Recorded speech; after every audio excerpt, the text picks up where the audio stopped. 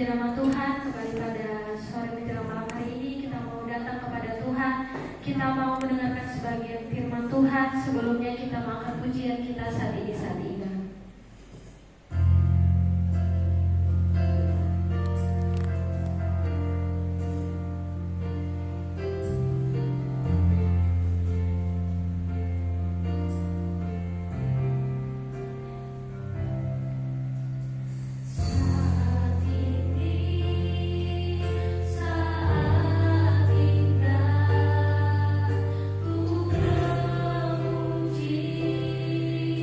Dan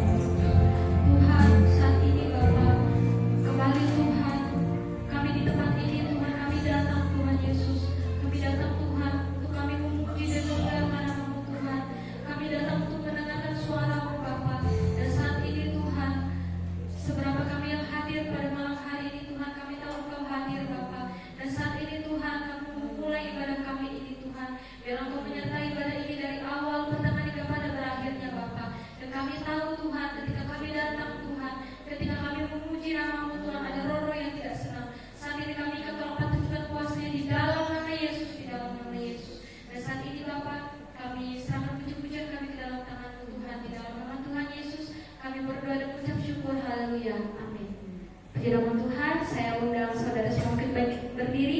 Kita masih mau memuji dan memuliakan nama Tuhan. Kita mengangkat pujian kita bertemu dalam kasih-Nya.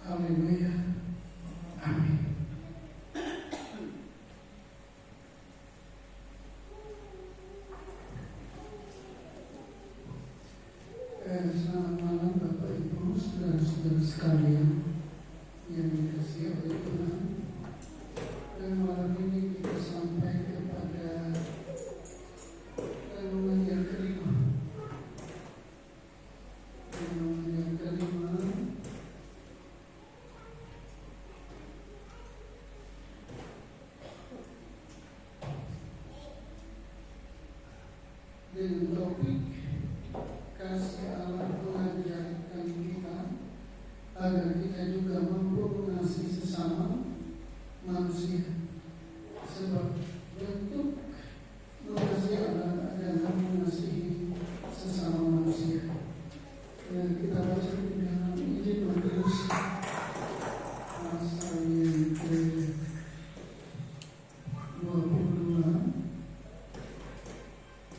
pasal yang ke-22,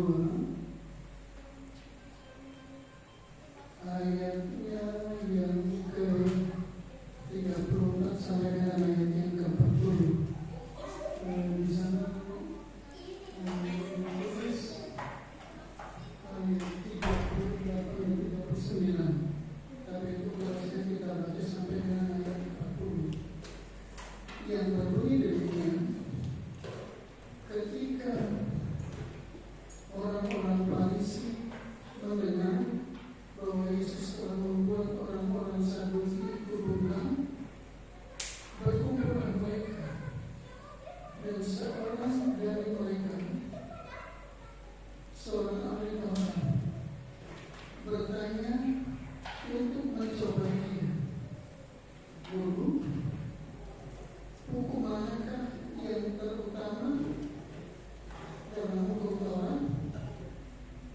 Jawab Yesus kepadanya, "Kasihilah Tuhan Allahmu dengan segenap hatimu, dan dengan segenap jiwamu, dan dengan segenap akal budimu. Itulah hukum yang pertama dan pertama. Dan hukum yang kedua yang sama dengan itu, ialah kasihilah sesama manusia seperti dirimu sendiri." Ayat 40.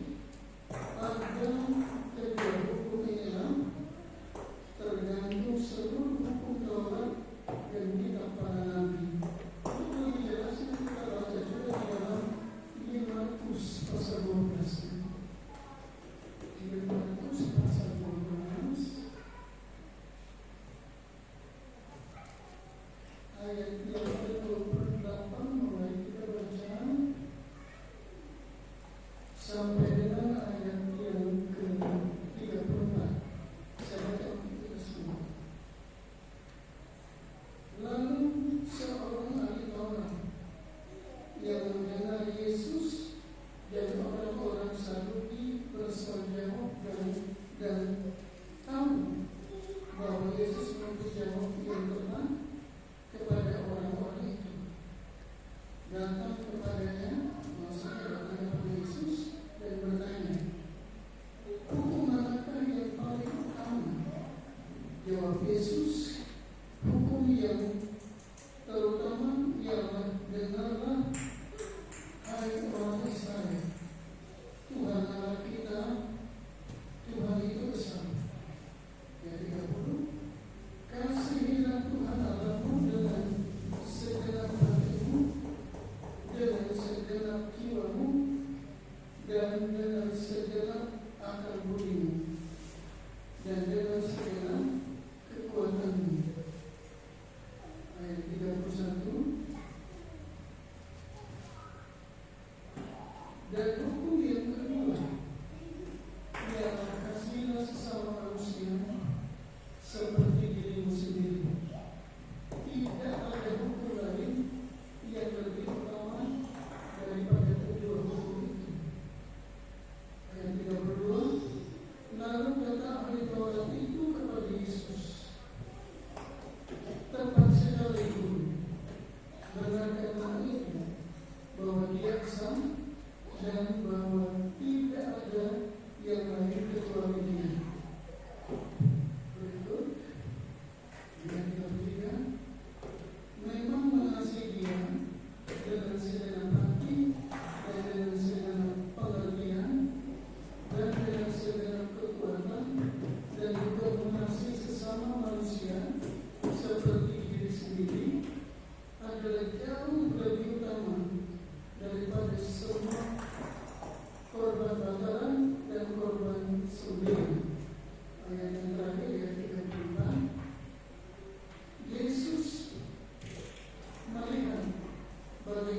bijaksananya jawab orang itu.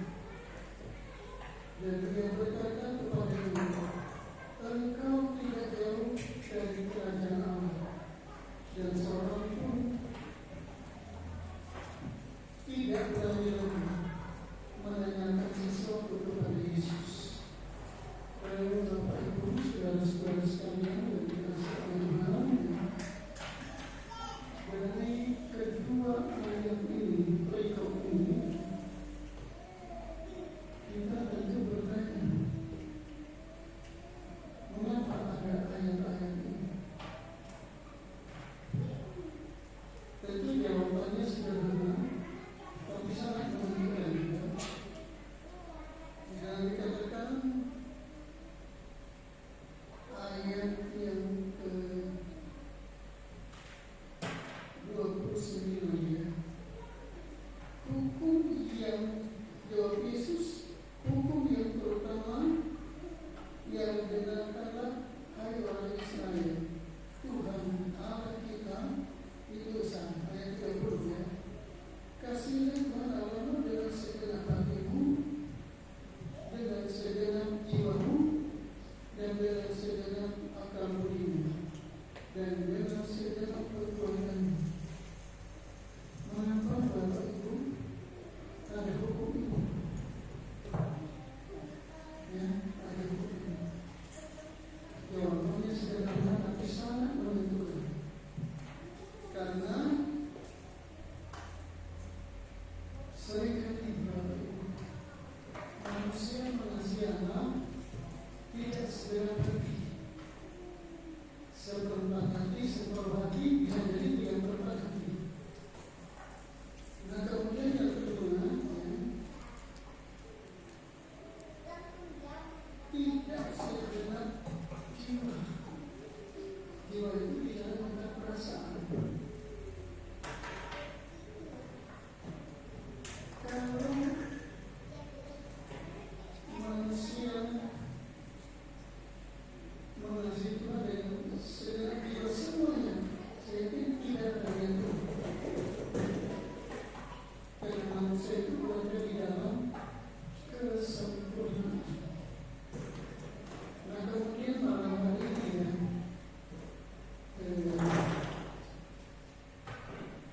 saya berusaha sesingkat mungkin. Sebenarnya materi ini sangat panjang ya, tetapi supaya kita tidak terlalu lama ya. Yang pertama kita mengulas dulu tentang kasih. Ada berapa kasih yang ada di dunia ini? Di sini ada banyak macam-macam. Ada 4. Yang pertama, kasih agape. Ini kasih yang sangat sempurna. Yang kedua, kasih storge. Ini kasih keluarga. Kemudian yang ketiga, kasih fidel atau kasih persahabatan. Nah kemudian yang keempat, kasih eros. Jadi keempat kasih ini rusak.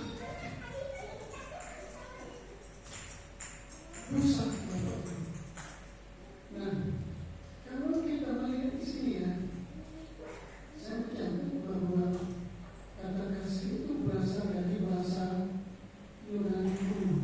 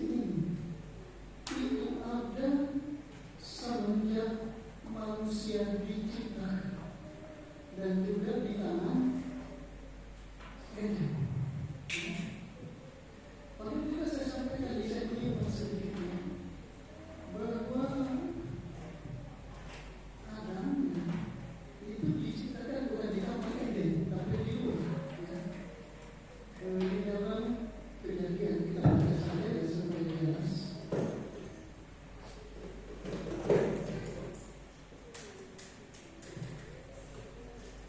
Kejadian pasal 2 ayat yang ke-7 ya. Ayat yang ke-7. Dan yang kita baca.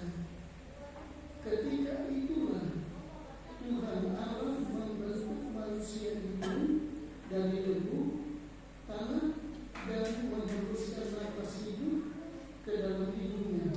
Demikianlah manusia itu menjadi makhluk yang hidup.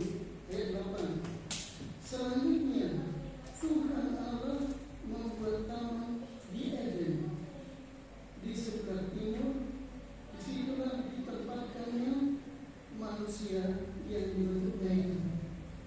Ada masih sendirian ya. Jadi saya melihat di sini Bapak Ibu, Kejadian pasal 1 itu penjelasan umum, tetapi rincian khusus itu ada di dalam Kejadian pasal 2. Nah, jadi jangan sampai nanti kalau orang bertanya kepada kita, ada itu diciptakan di mana? Kita sebut kita mati deh. Keliru Bapak Ibu, di luar. Dan kemudian Allah membuat taman Eden dan menempatkan manusia. Nah kemudian di taman Eden Allah menciptakan Hawa, ya. Allah menciptakan Hawa. Nah, untuk itu Bapak Ibu, kalau kita melihat kasih agape, kasih stoik, kasih filio atau filia, berikut kasih eros, itu ada di sana. Ada di sana Bapak Ibu. Nah kemudian kalau kita melihat Adam dan Hawa, mereka memiliki hubungan yang sangat harmonis dengan Tuhan sebelum mereka jatuh dalam dosa. Nah pertanyaannya, bagaimana manusia itu berhubungan dengan Allah? Bagaimana manusia itu berhubungan dengan Tuhan? Alkitab tidak memberikan penjelasan. Kalau ada penjelasan, itu tafsir. Ya. Itu tafsir. Nah,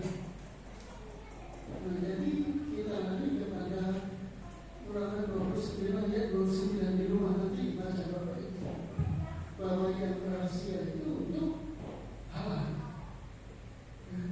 Tetapi yang dikatakan itu untuk kita. Tolong dibaca itu nanti. Ulangan 29 ayat 29. Nah kemudian Bapak Ibu, kita ulas satu demi satu.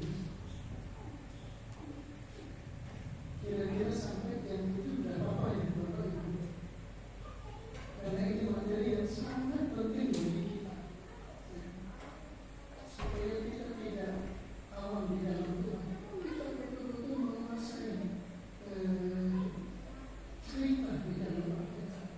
Kita betul-betul memahami rencana Tuhan. Ya.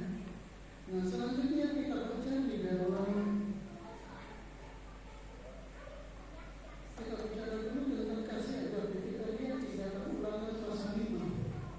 Ya. Ulangan pasal 5 ayatnya yang ke-10 yang berbunyi demikian. Tetapi aku menunjukkan kasih setia kepada beribu-ribu orang, yaitu mereka yang mengasihi aku dan yang berpegang pada perintah-perintah. Nah jadi Allah mengasihi umat manusia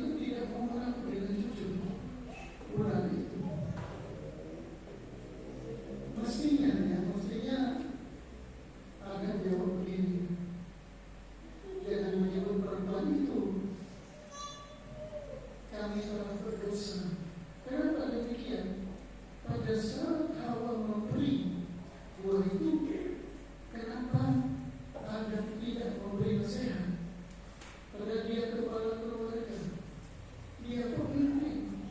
Kenapa dia tidak bisa bahasa?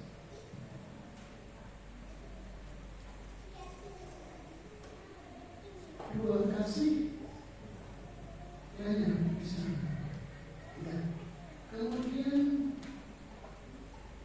kita melihat kasih beliau, ya. Kasih beliau. Kita lihat di dalam Roma 12. Roma 12.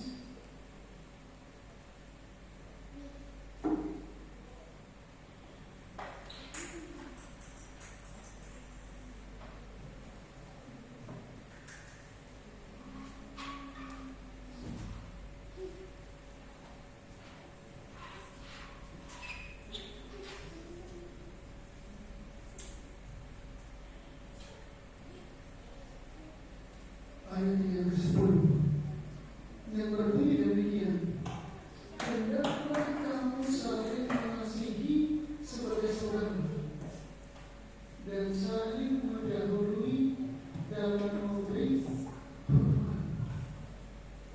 Kenapa ada ayat ini? Ini ditujukan kepada orang Kristen di rumah, jadi bukan di luar orang Kristen. Itu orang Kristen. Nah, berarti di sana orang Kristen sama itu, ya. Mereka tidak mengasihi sebagai saudara. Mereka juga tidak saling mendahului memberi hormat. Dan itu juga terjadi di sama-sama akhir. Ada banyak kesaksian Bapak Ibu. Cuma nanti kalau saya sampai itu terlalu banyak. Ketika saya sendiri mengalami. Nah jadi asalnya kasih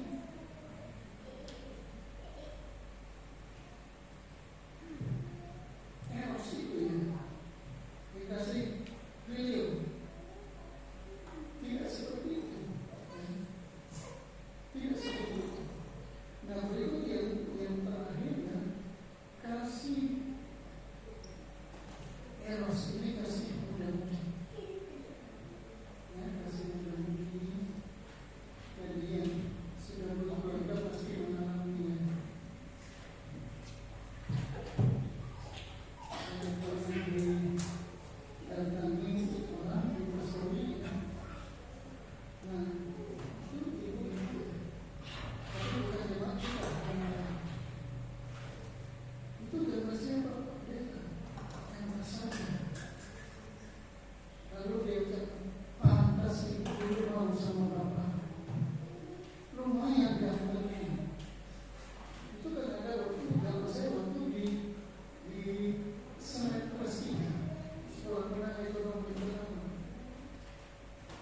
Jadi perempuan yang sudah aktif itu kasih erosnya masih ada gitu. Tapi itu bukti bahwa kasih itu sudah rusak. Nah, bagaimana pada zaman sebelum ada dia itu dan ada bangunnya itu sudah rusak? Saya mencatat di sini, saya simpulkan, ya, dari apa yang saya dengar, saya terima, bahwa pernikahan yang pertama di Taman Eden atas dasar kasih yang sehat dan kudus, yang penuh dengan keindahan dan murni. Nah, jadi Adam tidak pernah menilai Hawa itu cantik, ya, ayu dan sebagainya. Demikian juga Hawa tidak ada masalah yang ganteng, yang cakap, tidak. Nah, kenapa? Karena mereka berada di dalam kesempurnaan. Ya. Nah, jadi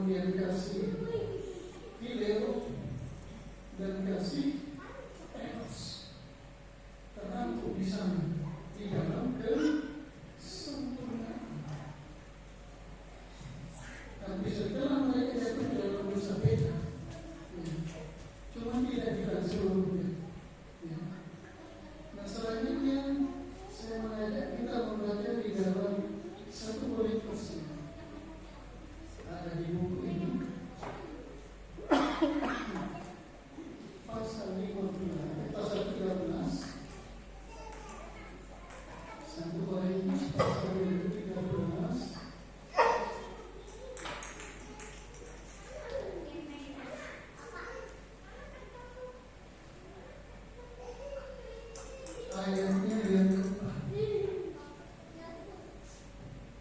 Saya rasa saja ini sekalian ya.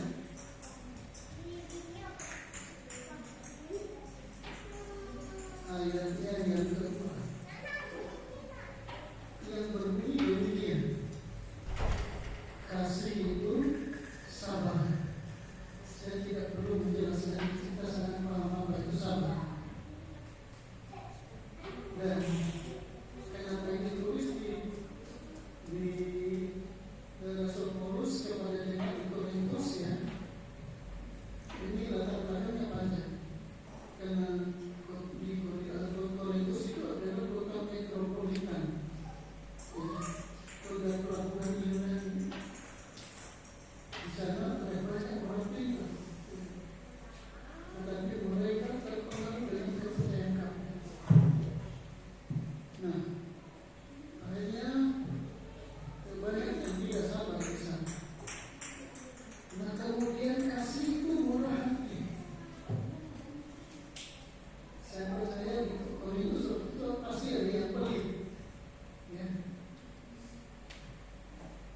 Pasti ada yang pelit. Dan itu berjalan sampai hari ini. Kadang-kadang orang Kristen ya, ini nama pada bukan kita di sini. Ada orang Kristen yang begini ya, dia sudah tidak bisa mengkonsumsi barang itu, dia berikan kepada orang. Ini namanya orang pelit, ya. Nah kemudian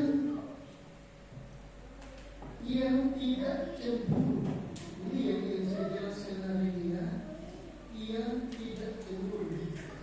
Kata cemburu berasal dari bahasa Yunani. Bahasa Yunani ada dua, zelo dan envy. Zelo dan envy. Yang berarti artinya apa? Saya mencatat di sini bahwa kata cemburu di sana berarti iri hati, kemudian dengki, kemudian tidak senang dengan keberhasilan orang lain, dan kemudian tidak senang dengan karunia yang dimiliki orang lain. Ada enggak yang begini? Banyak, ya, banyak sekali. Tidak disebut di sini tidak ada. Cuma yang kita susahkan kalau mereka tidak diberi karunia, tapi soal talenta. Kalau yang talentanya banyak, dia lagi melayani. Tapi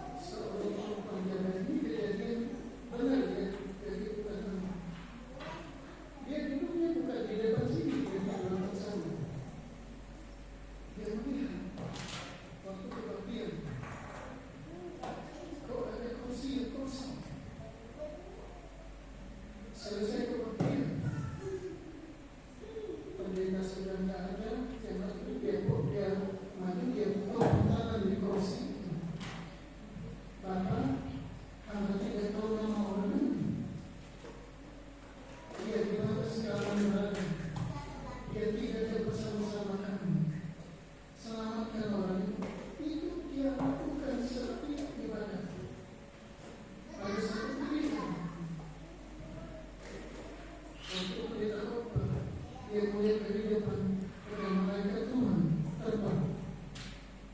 Wah, dia pikir aku ini pendeta hebat ini. Sampai malaikat mendatang, dekat podium balik lagi. Malaikat itu bawa mahkota, kemudian ditaruh di kepala itu perempuan. Ya, perempuan itu inali-inali wahina bawa biologi dipakai pulang. Nah, jadi pelayan ini dia ada mampu untuk berdoa pemakanan di kursi kosong, bukan pemakanan di orang, tapi dia lakukan dari sini. Diperhatikan. Nah, kemudian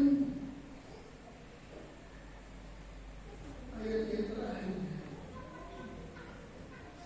hampir yang 7, dan di pasal itu juga ayat yang kelima, ya, yang berbunyi demikian: yang tidak melakukan yang tidak sopan dan tidak mencari keuntungan diri sendiri, yang tidak pemarah dan tidak menyimpan kesalahan orang lain.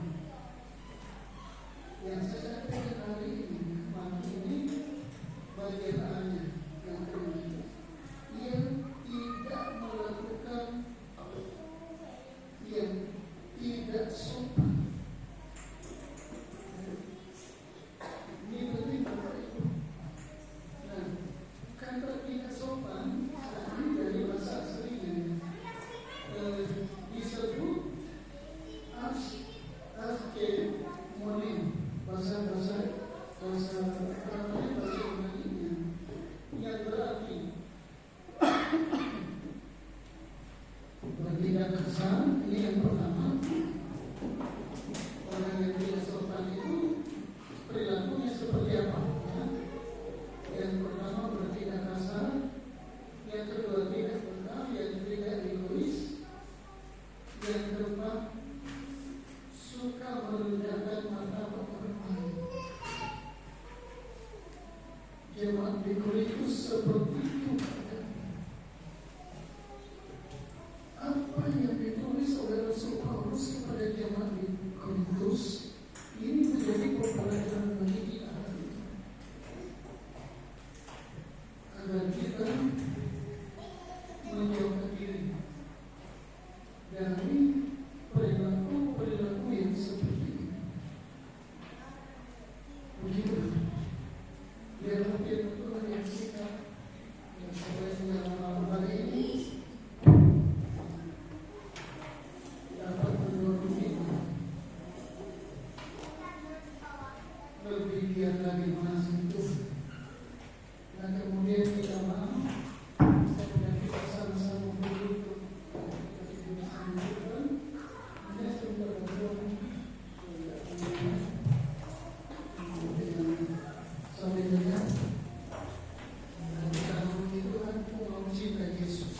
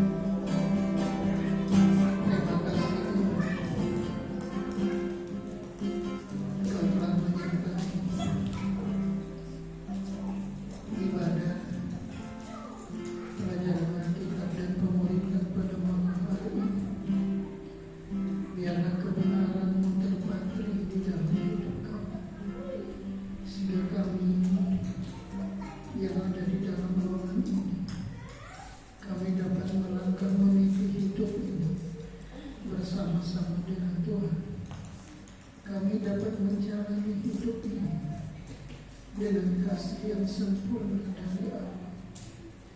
Terima kasih Bapa. Kami percaya kebenaran Allah termaterai di dalam kehidupan kami malam hari ini, sehingga kami menjadi anak-anak Tuhan yang kuat. Kami menjadi anak-anak Tuhan yang berdiri kokoh di dalam Engkau. Kami menjadi anak-anak Tuhan yang bersaksi dan melayani. Terima kasih Tuhan. Dalam kesempatan ini kami juga terus berdoa Bapa, untuk seluruh jemaat yang tidak sempat hadir malam hari ini. Engkau tahu keadaan mereka, Engkau tahu pergumulan mereka. Dari tempat ini kami sehati, kami nyatakan di dalam nama Yesus, lawatan Allah terjadi di dalam hidup mereka, sehingga mereka yang sakit disembuhkan, yang lemah dikuatkan, yang kekurangan diberkati, hati yang terluka terbalut malam hari ini, yang berbeban berat, Tuhan memberikan kemampuan kepada mereka untuk melewati semua angin ribut badai Tuhan bersama-sama dengan Tuhan. Terima kasih Bapa di surga. Kami juga sehati berdoa Tuhan untuk setiap kegiatan ibadah kami, mulai dari ibadah umum hari Minggu, ibadah WBI, ibadah doa seperti yang kami lakukan malam hari ini, ibadah pemuda, ibadah anak-anak sekolah minggu. Tuhan, Engkau selalu hadir. Engkau selalu menyatakan rencana-Mu Tuhan. Engkau selalu menyatakan keagungan-Mu Bapa. Sehingga ibadah yang kami lakukan bukan rutinitas belaka, tetapi melalui ibadah yang kami lakukan, kami dikuatkan oleh Tuhan, kami dipulihkan Tuhan, kami diperbaharui oleh Tuhan. Terima kasih Bapa di surga. Dalam kesempatan ini pula Tuhan, kami sedang berdoa untuk semua para lansia. Bapa, firman-Mu berkata, sebab secara fisik kondisi kami semakin lemah, tetapi secara rohani kami semakin kuat, kami semakin menyala.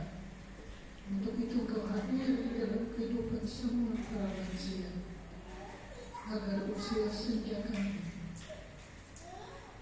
kami tidak larut di dalam kelemahan tubuh dan fisik kami, tetapi kami menyala-nyala di dalam Tuhan. Demikian pula saudara-saudara kami yang saat ini mereka tinggal sendirian karena pasangan mereka dipanggil pulang oleh Tuhan. Kami pegang janji-Mu Tuhan, bahwa sesungguhnya Engkau adalah Allah iya dan amin. Engkau Allah yang tidak pernah berubah. Engkau bersama-sama dengan saudara-saudara kami, agar mereka tetap kuat, mereka tetap menyala-nyala di dalam Tuhan, mereka tetap melayani Tuhan dengan sungguh-sungguh. Terima kasih Bapa di surga. Demikian pula saudara-saudara kami yang tidak seiman dengan mereka, mampukan mereka Tuhan untuk bersinar di dalam kehidupan keluarga, untuk memancarkan sinar kemuliaan Tuhan, sehingga pasangan mereka dapat melihat pribadi Yesus terpancar di dalam hidup mereka, dan satu kali kelak mereka mau datang, mau menerima Engkau sebagai Tuhan dan Juru Selamat mereka. kasih Tuhan Yesus. Kami juga terus berdoa untuk semua keluarga yang tergabung di gereja ini. Bapa, biarlah para suami, para istri, mereka menjadi panutan di dalam keluarga. Mereka menjadi teladan di dalam iman. Mereka menjadi teladan di dalam loyalitas terhadap Tuhan.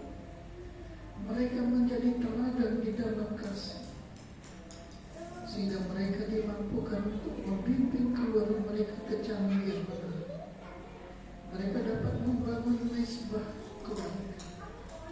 Mereka dapat membangun kebersamaan untuk mereka sama-sama memuji dan memuliakan Tuhan. Selanjutnya Bapa, kami juga berdoa secara khusus untuk para pemuda, remaja dan anak-anak sekolah minggu. Bapa, mereka adalah generasi masa depan gereja. Untuk itu Tuhan, kami nyatakan malam hari ini Allah hadir secara pribadi di dalam hidup mereka. Biarlah mereka tidak terpengaruh oleh ilmu pengetahuan dan teknologi yang serba mutakhir masa kini. Tapi biarlah melalui ilmu pengetahuan dan teknologi yang ada saat ini, mereka semakin mengenal Engkau secara pribadi. Mereka semakin dekat dengan Tuhan, sehingga mereka menjadi pemuda, remaja dan anak-anak sekolah minggu yang tangguh di dalam Engkau. Terima kasih Tuhan. Tolong di dalam pekerjaan mereka, tolong di dalam studi mereka, baik yang ada di kota ini maupun yang ada di luar pulau, mulai dari pendidikan dasar sampai dengan pendidikan tinggi, agar di dalam pendidikan mereka dapat mendemonstrasikan kasih Allah yang besar di dalam kehidupan dimanapun mereka berada. Terima kasih Tuhan. Terima kasih Yesus. Terima kasih Roh Kudus. Dan kami juga terus berdoa Bapa untuk bangsa dan negara kami.